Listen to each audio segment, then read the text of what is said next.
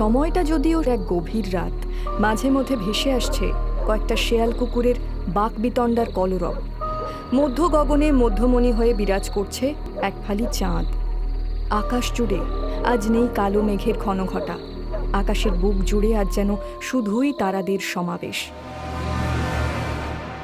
কোনো এক অজ্ঞাত কারণে আচমকা তন্দ্রা টুটে গেল মদনের। শয্যাগত অবস্থায় সে চোখ মেলে চারপাশটা তাকিয়ে ধড়মড়িয়ে উঠে বসল। চক্ষুদয় যেন অদ্ভুত রকমের লাল। নিজের পাশে ঘুমন্ত স্ত্রীকে পার কয়েক ঠেলা দিতেই ঘুম জড়ানো গলায় তার স্ত্রী চাঁপা বলল, কি হলো, এত রাতে ডাকছো কেন, কি হয়েছে?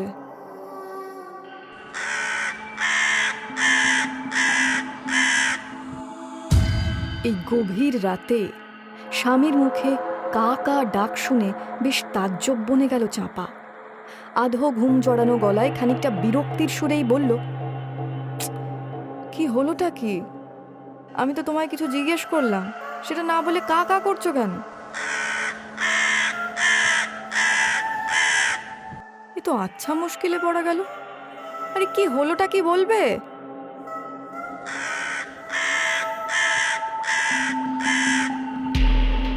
ওগো, কি হয়েছে তোমার? কি গো, কথা বলো না, অমন করছো কেন? তোমার কোনো কষ্ট হচ্ছে?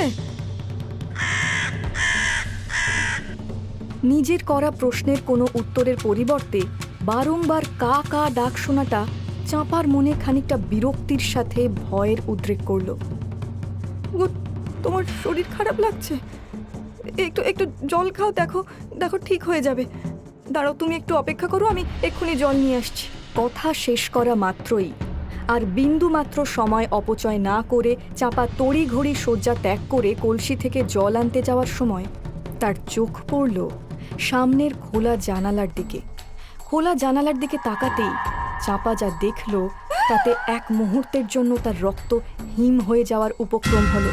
সে দেখল বেশ কয়েক জোড়া লাল চোখ এক দৃষ্টে তার দিকে তাকিয়ে রয়েছে। চাঁপা বুঝতে পারল এই চোখ কোনো সাধারণ চোখ নয়, কিন্তু চোখগুলো কাদের সেই প্রশ্ন তার মনকে বারংবার নাড়া দিতে লাগলো। কিন্তু কোনো অজানা ভয় বা আতঙ্ক তাকে বারংবার বাধা প্রদান করলেও অবশেষে নিজের মনের উদ্রেক হওয়া কৌতূহল নিরসন করতে না পেরে সে খানিকটা এগিয়ে গেল জানালার দিকে। কাছে যেতেই সে বুঝতে পারল সেই চোখগুলো কোনো পাখির। তবে সেই চাহনি বড্ড ভয়ঙ্কর। আর দাঁড়িয়ে থাকতে পারল না চাঁপা। সেদিকে আর বিন্দু মাত্র দৃষ্টিপাত না করে কলসি থেকে জল গড়িয়ে সেই জল তুলে দিল মদনের হাতে। কিছু হয়নি, কিছু হয়নি, সব ঠিক হয়ে যাবে, সব ঠিক হয়ে যাবে, তুমি ঘুমিয়ে পড়ো, আমি আছি তো। মদন আর কোনো কথা না বলে নিজের দেহটা পুনরায় এলিয়ে দিলেও পাশে শুয়ে চাঁপা দু চোখের পাতা এক করতে পারল না। নিজের মনে বিড়বিড় করতে লাগলো, আমি নিশ্চিত ওই চোখ কোনো সাধারণ পাখির চোখ নয়। কোনো পাখির চোখ এরকম লাল হতে পারে না। এসব ভাবতে ভাবতে তার নিজের অজান্তেই দু চোখে ঘুম নেমে এলো।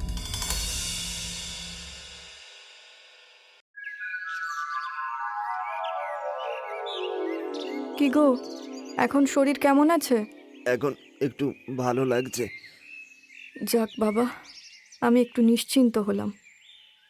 গিন্নি গিন্নি আমার না বড্ড ভয় করছে। মিথ্যে বলবো না, ভয় আমারও করছে, কিন্তু তোমার সাথে কেন এটা হচ্ছে সেটা তো আগে খুঁজে বের করা দরকার। কাল রাতে কতবার কথা বলার চেষ্টা করলাম, কিন্তু কিছুতেই বলতে পারলাম না। শোনো না, তুমি একদম চিন্তা করো না, দেখবে সব ঠিক হয়ে যাবে। কিভাবে ঠিক হবে বলতে পারো? আমি শুনেছি এই গ্রামের শেষেই এক জঙ্গল রয়েছে, ওইখানেই তান্ত্রিক বাস করেন। আমি নিশ্চিত উনি এই সমস্যার কোনো না কোনো সমাধান ঠিক করতে পারবেন। আমি না কিছু বুঝতে পারছি না, এগুলো আমার সাথে কেন যে হচ্ছে। এই সমস্ত প্রশ্নের উত্তর উনিই দিতে পারেন। আমি তোমাকে ওনার কাছে নিয়ে যাব, তুমি আমার সাথে যাবে তো? নিশ্চয়ই যাব। আমি আর এই যন্ত্রণা সহ্য করতে পারছি না চাপা। ঈশ্বরের উপরে ভরসা রাখো, দেখবে সবটা ভালো হবে। কি হে হরি, তুমি তো আজকাল দেখছি ডুমুরের ফুল হয়ে গেছো। হ্যাঁ, হঠাৎ এই কথা বলছো যে? এছাড়া আর কি বলবো বলো, তোমাকে তো আজকাল চায়ের দোকানে দেখাই যায় না। আর বলো না ভাইয়া, এই ক্ষেত থেকে সারাদিনের হাড় ভাঙা খাটুনির পর ভিটে ফিরে আবার পায়ে হেঁটে চায়ের দোকানে এসে চা খেতে আর ইচ্ছে করে না। হ্যাঁ, কথাটা খুব একটা মন্দ বলনি তুমি। আচ্ছা, এই তোমাকে অনেকক্ষণ ধরে একটা কথা জিজ্ঞাসা করবো ভাবছি, আর বারবার ভুলে যাচ্ছি। কি এমন কথা বলো তো? হ্যাঁ, বলছি মদনের কোনো খবর পেয়েছো? কই না তো, আমিও কিন্তু মদনকে বেশ কয়েকদিন চায়ের দোকানে দেখিনি। কিন্তু ও তো এরকম করার লোক নয়। এই শরীর টরীর খারাপ হলো নাকি? কি করে বলবো বলো দেখি, তুমিও যেখানে আমিও সেখানে। আসলে আজ কয়েকদিন হয়ে গেল কোনো দেখা সাক্ষাৎ নেই। ওর মতো একটা চা পাগল মানুষ এতদিন চায়ের দোকানে না আসাটা আমার তো অন্তত বেশ অস্বাভাবিক লাগছে। তাহলে বরং এক কাজ করি, বুঝলে, এই পথে বরং একবার বাড়ি গিয়ে ঢু মেরে আসি, কি বল? কথাটা মন্দ বলনি, তাই বরং চলো। আরে ওটা কি বলতো, এই মদন না? হ্যাঁ, তাই তো মনে হচ্ছে। আরে কে মদন? আরে ওদিকে যাচ্ছ কোথায়? দূর থেকে ওদের বলা কথাগুলো মদন শুনতে পেল কিনা ওরা স্পষ্ট বুঝতে পারল না। ওরা দেখল মদন ওদের কথাগুলো না শোনার ভান করে চায়ের দোকানের পাশ কাটিয়ে হনহন করে সামনের দিকে এগিয়ে গেল। আচ্ছা, কি ব্যাপার বলো তো? আমিও তো সেটাই ভাবছি। তুমি দেখলে মদন আমাদের কেমন একটা না দেখার ভান করে চলে গেল। আজকালকার দিনে কে কিরকম মানুষ বোঝা খুব দায়, কিন্তু এত হনহনিয়ে গেল কোথায়? সে যেখানে ইচ্ছে যাক, তাতে আমাদের কি? আচ্ছা, আর একটা জিনিস দেখলে? কোন জিনিসের কথা বলছো বলো তো? মদনের পিছনে পিছনে মনে হলো এক ঝাঁক কাক ওর পিছনে পিছনে যাচ্ছে। এই ব্যাপারটা না আমার কেমন যেন একটা লাগলো, বুঝলে? ব্যাপারটা কিন্তু বেশ অদ্ভুত, তাই না? হ্যাঁ, সেই তো বলছি। যাকে চলো, কথায় কথায় অনেকটা আবার দেরি হয়ে গেল। এবার ভিটে ফিরতে হবে। ঠিক আছে, কাল তাহলে সময় করে চলে এসো, কেমন? আচ্ছা, আসবো আসবো। হ্যাঁ, ঠিক আছে, আসবো। কি বলো তো, আসলে একলা একলা চা খেতে একেবারে ভালো লাগে না। কেউ সাথে থাকলে সময়টাও কেটে যায়। আজকের মতো তাহলে বিদায়। হ্যাঁ,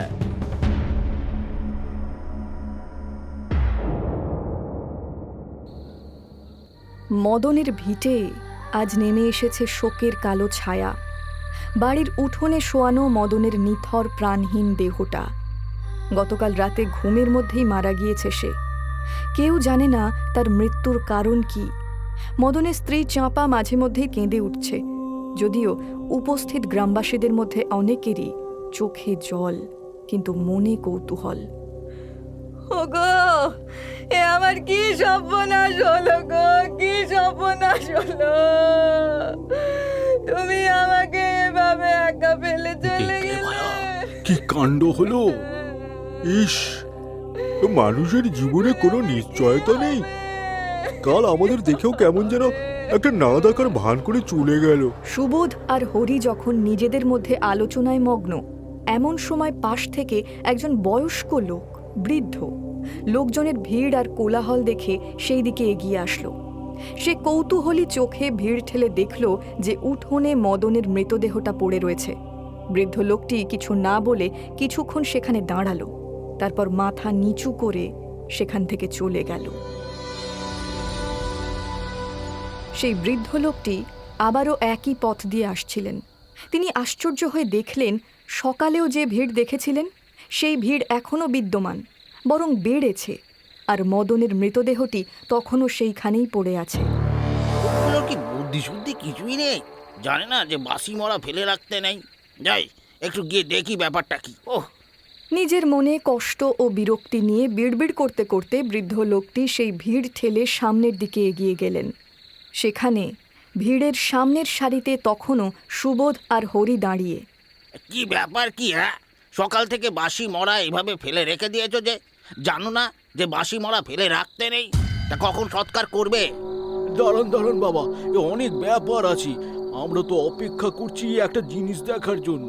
কি এমন জিনিস দেখার জন্য অপেক্ষা করছো হে? এটা কি তামাশার জায়গা? বাসি মরার পাশে দাঁড়িয়ে কি দেখবে তোমরা?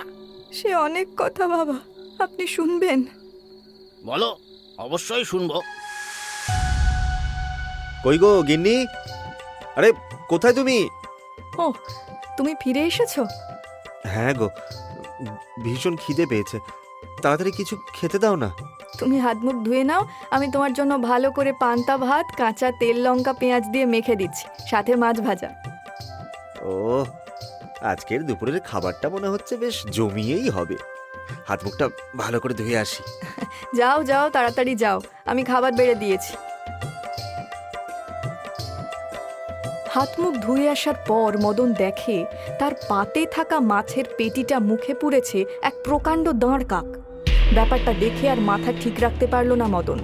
পাশে থাকা আঁশ বটি কাকটার দিকে নিক্ষেপ করতেই আর কাকটার সাথে সাথে মরণ যন্ত্রণায় ছটফট করতে করতে মারা গেল। আর তার মুখে থাকা মাছের টুকরোটা অর্ধেক কামড়ানো অবস্থায় থেকে গেল। খেতে বসেও শান্তি নেই, জীবনটা একদম চলে গেল। আরে কি হলো, কি চিৎকার করছো কেন? এ কি, এখানে এই কাকটা কোত্থেকে এলো? আর বলো না, তুমি খাবারটা উঠে নামিয়ে রেখেছো আর আমি গেছি হাত মুখ ধুতে, এসে দেখি ওমা। তার জন্য তাকে তুমি? কি বলতে চাইছো তুমি? কোথাকার না কোথাকার একটা কাক, তার জন্য তোমার একদম দরদ উতলে উঠছে দেখছি। যা যাও, আমি আর খাবোই না। আরে আরে এত রাগ করছো কেন তুমি? রাগ করবো না তো কি করবো? হ্যাঁ, একটা অবলা পাখি, সে না হয় তোমার পাত থেকে অজান্তে একটা মাছ খেয়েছে। যাই হোক, তুমি একটু অপেক্ষা করো, আমি তোমার জন্য মাছ ভেজে আনছি। এইভাবে পেরিয়ে যায় বেশ কয়েকটা দিন। আমার স্বামীর ব্যবহারে অনেক পরিবর্তন দেখা দিয়েছিল। সে আর আগের মতো হাসতো না, কারোর সাথে দেখা হলে কথাও বলতো না। সারা দিন কেমন একটা মন মরা হয়ে থাকতো। তারপর? আমি অবশ্য ব্যাপারটা খুব একটা আমল দিইনি, সাধারণ ঘটনা ভেবেই এড়িয়ে গেছি। আর সেটাই ছিল আমার সবচেয়ে বড় ভুল, সবচেয়ে বড় ভুল। আমি জানি যে এই মুহূর্তে তোমাকে এত প্রশ্ন করা আমার উচিত না, কিন্তু তাও এই মুহূর্তে এই অমানবিক কাজটা। না না বাবা, আপনি এভাবে বলবেন না। আমার স্বামী যখন কাজ থেকে রাতে বাড়ি ফিরত, তখন ওর সাথে আমি এক ঝাঁক কাকের ডাক শুনতে পেতাম। স্বামীর দিনের বেলায় খসখসে গলায় চারটে কথা বললেও রাত যত বাড়তো ধীরে ধীরে নিজের বাকশক্তি হারিয়ে ফেলতো। আর তার গলা দিয়ে কোনো শব্দ বেরোনোর পরিবর্তে বেরিয়ে আসতো কাকের ডাক। আর ওর দেহটা ধীরে ধীরে পরিণত হতো একটা কাকের দেহে। আর আর আমার ভিটের চারপাশে জড়ো হতো অনেক কাক। আমি শুনতে পেতাম তাদের ডানা ঝাপটানোর শব্দ। ওরা যেন নিজেদের মধ্যে কিছু একটা কথা বলছে। চাপার কথা শুনে উপস্থিত গ্রামবাসীদের মধ্যে অনেকেরই মুখে ফুটে উঠল ক্রাশ কৌতূহল। কি বলছো মা? আমি ঠিকই বলছি বাবা, কিন্তু কিন্তু কোনোদিন কোনো ক্ষতি করেনি। তবু আমি প্রচণ্ড ভয় পেতাম। আমি ঠিক করেছিলাম ওকে তান্ত্রিক বাবার কাছে নিয়ে যাব, কিন্তু তার আগেই। নিজেকে সামলাও মা, তোমার স্বামী হয়তো নেই, কিন্তু তোমার বাকি জীবনটা পড়ে আছে। আচ্ছা, আর একটু মনে করে বলো তো, সত্যি কোনো কাক দেখতে পাওনি? হ্যাঁ হ্যাঁ, দিন দুয়েক আগে দেখেছিলাম। জানালার বাইরে কয়েক জোড়া লাল চোখ এক দৃষ্টিতে আমাদের দিকে তাকিয়েছিল। আমি বুঝতে পেরেছিলাম ওগুলো কোনো পাখির চোখ। আর সাথে এটাও বুঝতে পেরেছিলাম তারা এই দুনিয়ার কেউ নয়, তারা অন্য জগতের। চাপার বলা কথাগুলো শুনে গ্রামবাসীরা চোখ কপালে তুলল। রাত গভীর হওয়ার সাথে সাথে উঠোনের পরিবেশ ততটাই ভারী হয়ে উঠছে। কিন্তু চাপা অপলক দৃষ্টিতে চেয়ে আছে তার স্বামীর মৃতদেহের দিকে।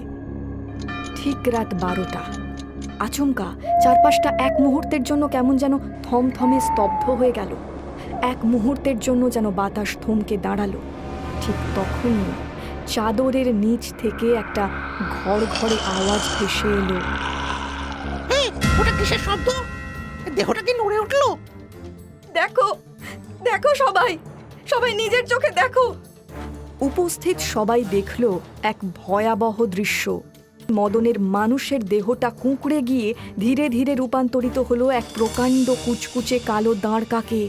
তার চোখ দুটো যেন জ্বলন্ত আংরার মতো লাল।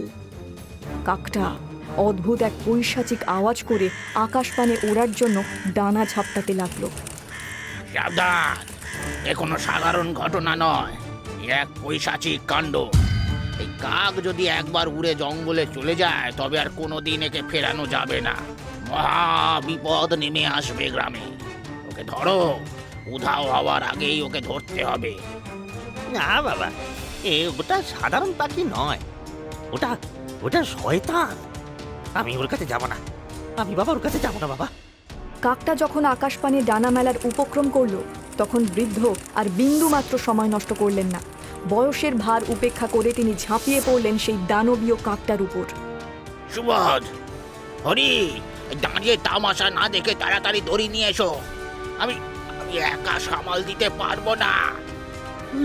ধরো ধরো ধরো, এই শক্ত করে ধরো, ধরো ধরো, শক্ত করে ধরো। বহু ধস্তাধস্তির পর গ্রামের আরও কয়েকজনের সাহায্যে বৃদ্ধ সেই বিশালাকার কাকটাকে উঠোনের কাঠের খুঁটির সাথে আষ্টে পৃষ্ঠে বেঁধে ফেললেন। আর ঠিক সেই মুহূর্তে কোথা থেকে হাজারো হাজারো কাক এসে বসে পড়ল বাড়ির চাল, গাছ আর উঠোনের উপরে। এবার কি বিশ্বাস হলো? গতকাল রাতেও ঠিক এমনটাই হয়েছিল। আর বাইরে ওই কাকগুলোর ডাক বাড়ছিল। আর ভোরের আলো ফুটতে ও আবার মানুষের রূপে ফিরে আসে। আমি আমি সব বুঝতে পেরেছি মা। এ কোনো সাধারণ অভিশাপ নয়, এর পিছনে গভীর রহস্য আছে।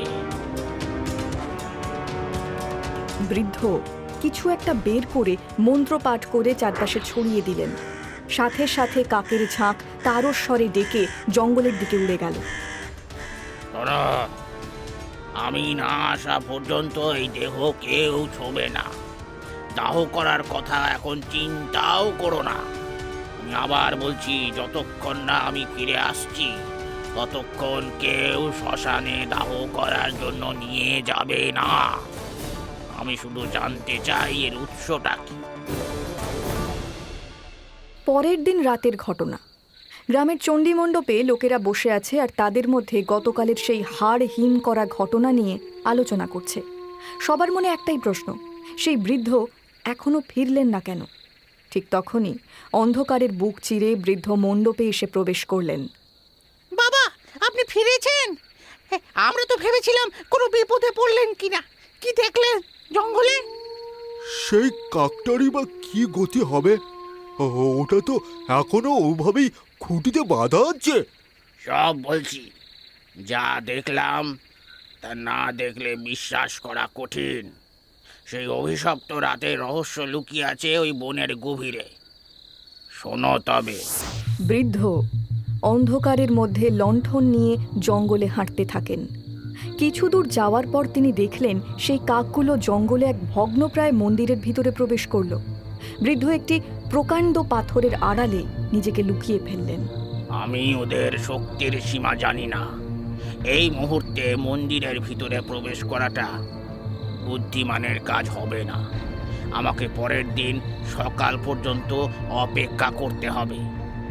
পরের দিন সকাল হতেই বৃদ্ধ সাহসের সাথে মন্দিরের ভিতরে প্রবেশ করে দেখলেন ভেতরের সুড়ঙ্গ পথ বড়ই অন্ধকার। সাবধানে কিছুটা এগোনোর পর তিনি দেখতে পেলেন এক অজানা দেবী মূর্তি। কে তুই? এখানে কি চাস? এখানে কোনো সাধারণ মানুষের প্রবেশ নিষেধ। চলে যা, চলে যা এখান থেকে। আমি চলে যাব তান্ত্রিক সাহেব। তার আগে আপনার কাছে একখানা বিশেষ অনুরোধ নিয়ে এসেছি।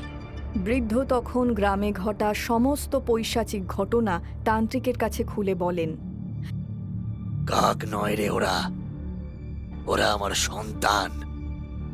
যে সন্তান সমাজের ময়লা আবর্জনা, উচ্ছিষ্ট খাবার, পচা গলা জিনিস খেয়ে পরিবেশকে পরিষ্কার রাখতে সাহায্য করে, সেই কাককে মানুষ তুচ্ছ তাচ্ছিল্য করে। আর ওই মানুষটা কিনা সামান্য একটা মাছের টুকরোর জন্য অমানুষের মতো আঁশবটি ছুঁড়ে আমার সন্তানকে হত্যা করলো। মদন তার ভুল বুঝতে পারেনি বাবা। মৃত্যু মানেই তো সব শেষ। সমাজের কটা মানুষ ওদের জন্য ভাবে বলতো? ওদের খাবার দেওয়ার কথা ভাবে? আমি ওদের খাওয়াই। ওই পাপিষ্ঠ আমার সন্তানকে কেটে ফেললো, তাই এর বদলা আমাকে নিতেই হতো। ওকে চাইলে আমি একেবারেই মেরে ফেলতে পারতাম, কিন্তু আমি চেয়েছিলাম কাকেদের জীবনে কত জ্বালা ও সেটা তিলে তিলে বুঝুক। তাই ওকে এভাবে শেষ করেছি। মদন তার করা ভুলে চরম শাস্তি পেয়েছে বাবা। আমি আপনার কাছে অনুরোধ করছি, ওকে আর শাস্তি দেবেন না। ওর হয়ে আমি ক্ষমা চাইছি। এর একটা উপায় বাতলে দিন বাবা। ঠিক আছে, তাই হবে। এই অভিশাপ খণ্ডন করার একটি মাত্র উপায় রয়েছে। মদন যে অবস্থায় কাক থেকে মানুষে রূপান্তরিত হতে শুরু করবে, ঠিক সেই সন্ধিক্ষণে ওকে শ্মশানে দাহ করতে হবে। এক চুল এদিক ওদিক হলে ওর আত্মা কোনোদিনই শান্তি পাবে না। বৃদ্ধের কথা শুনে গ্রামবাসীরা সেই মতো কাজ করে। রূপান্তরের সেই বিশেষ মুহূর্তে তাকে দাহ করা হয়। ঠিক তখন সবাই দেখে একটি ধোঁয়ার অবয়বের মাধ্যমে কাকের কালো ছায়া বাতাসে মিলিয়ে গেল। সবাই বুঝতে পারল মদনের আত্মা আজ সত্যিই মুক্তি পেয়েছে।